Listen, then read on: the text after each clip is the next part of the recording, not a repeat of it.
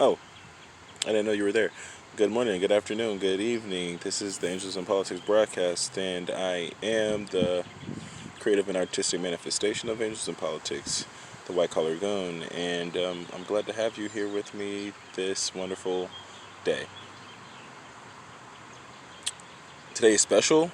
It's my father's birthday, so shouts out to my father. And in a few hours or so, I guess an hour and a half, it's going to be just a small, select group of friends, family members. We're still social distancing, so it's not going to be too deep in this motherfucker. But like, we're going to have just a few people to come out and break bread and eat, drink, be merry, things that you do when you are, well, in general, but especially whenever you're in a celebratory mood or an occasion. So I'm low key psyched for that. I'm hype about that. I'm keen. Um, I just came back from picking up ice for the cooler, uh, getting my father a birthday card and a Father's Day card. So an all in one trip with that. And I got him a gift card for his birthday. And it's not like a secret. I ask him like, you get to that period in life, or it depends on who you are as individuals. Like, I don't need too much of anything, so it's like I shop here, give me a card, or I drink this, bring me a few bottles, whatever the case may be. So it's pretty cool. It's pretty cool, and I'm glad and I'm happy for him. Um, but I wanted to mention something. So boom, this channel is about creating, well, not just creation, of course, but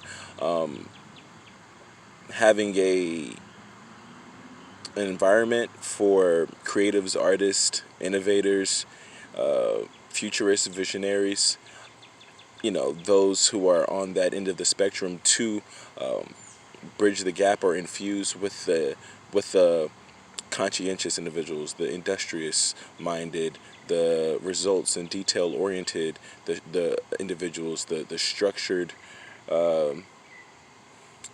routine, dutiful, organized, systematic, analytical field, and those people. So some might say, "Oh, well, that's one and the same." I would beg to differ, but they could be. That is very possible that it could be, but they tend to be different people on both ends of the spectrum, and I want to bridge that gap. So the Angels in Politics is going to be those the polarity between those two energies, those two forces, and then the culmination or the coalescence of those traits, those dimensions to infuse, to come together, and then boom, then you have this phenomenon. Then you have this cataclysmic explosion of talent and artistry and aesthetics and design, merged with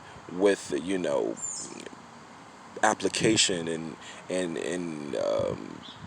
engineering and systems and methodologies and processes and just the machine, things that can crank out these ideas.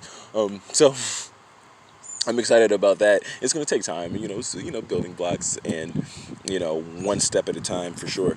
But through that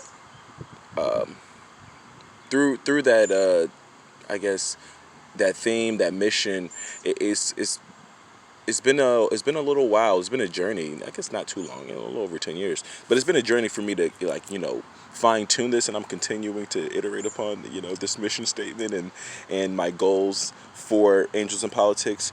And it's going to be a continuous process, or hopefully, well, it's going to be a continuous process. But hopefully, I can chisel out or fine tune the the pillars, or the fundamentals, the principles, kind of earlier, or maybe not early but sooner, so I can be able to step forward and be what they call, I don't know, called to lead. I mean, I'm not there yet, because there's a lot more of learning I need to do.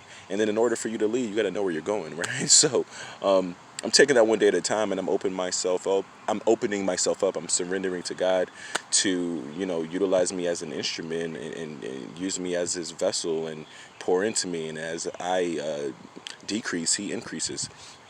So throughout that time, I've had an awakening process. I've had, you know, moments of clarity, moments of which I've been in, the darkness, and it's not just the dark night of the soul. I mean, the dark night is a metaphor for a dark period of your life, and it comes and goes. You feel like you might have this cloud over your head forever, and you wonder, like, when is this going to be over?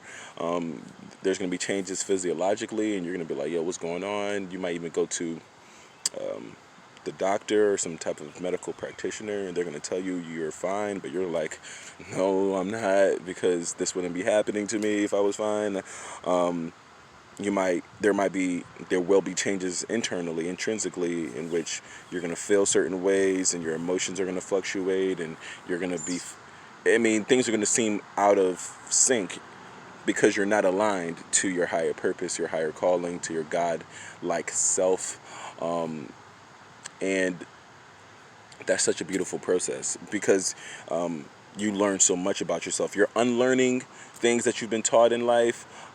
You're recalibrating. You're reprogramming yourself. It's almost like if you were a phone or a tablet or a laptop. You're going through your own, updates. You're going through this upgrade, and some of your computers might say, "Oh, we're on 1%." And then you come back, 5 minutes later, it's still on 1%, and it's kind of like that. You're ready for it to be done, but it doesn't move like that. It doesn't work like that. So it's cool.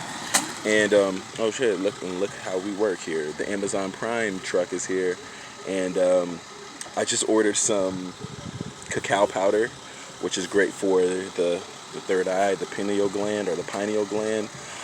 It's great for decalcifying. And I also ordered some, what's it called? Natural toothpaste. So without the fluoride, that's also good for the pineal gland. So as you can see, like, it's incredible. I'm having this video right now, and then it pulls up. So yeah, things internally, externally start to change, because so many people who are taught in the universities or humanities, or looking at the news, are so they're susceptible to fear, and this fear mongering, and this projection of fear, and it's out there, and you externalize the evil, you externalize the fear, you externalize the suffering and the pain, as if it's this person, is that person, is this entity, is that structure, is this policy, is that government, is that, you know what I'm saying? It's everywhere except you.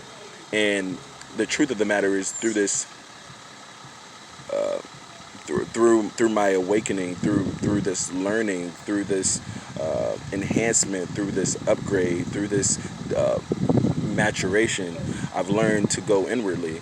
And as I go inward, I've realized, like, I have to deal with my own shit. I'm the person that has to deal with that. So I don't know. It's good. It's good, and I'm glad to have that experience. As you can see, it's turned up. My man is here, is like turned up with it, and brother, I'll take that. Thank you, man. You too. Let's show some love to T-Pain real quick. Yeah. So boom, in here, right here. It has it says Gabriel Hamilton. Yeah. So it has my stuff, and I'm low key psyched about that. But yeah, I'll wrap this up. It feels good to be in a place.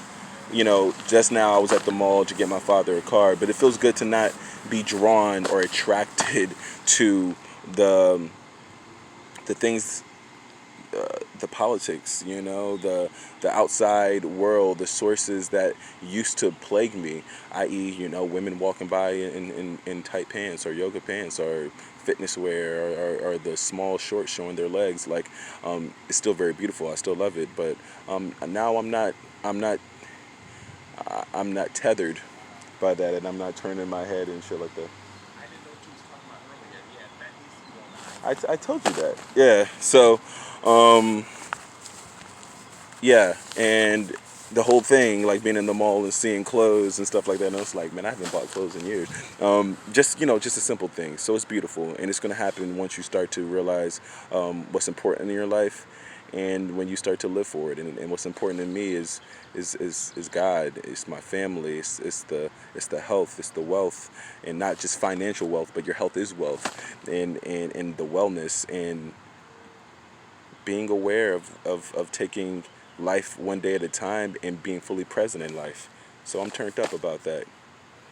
God bless. Namaste. Namaskar.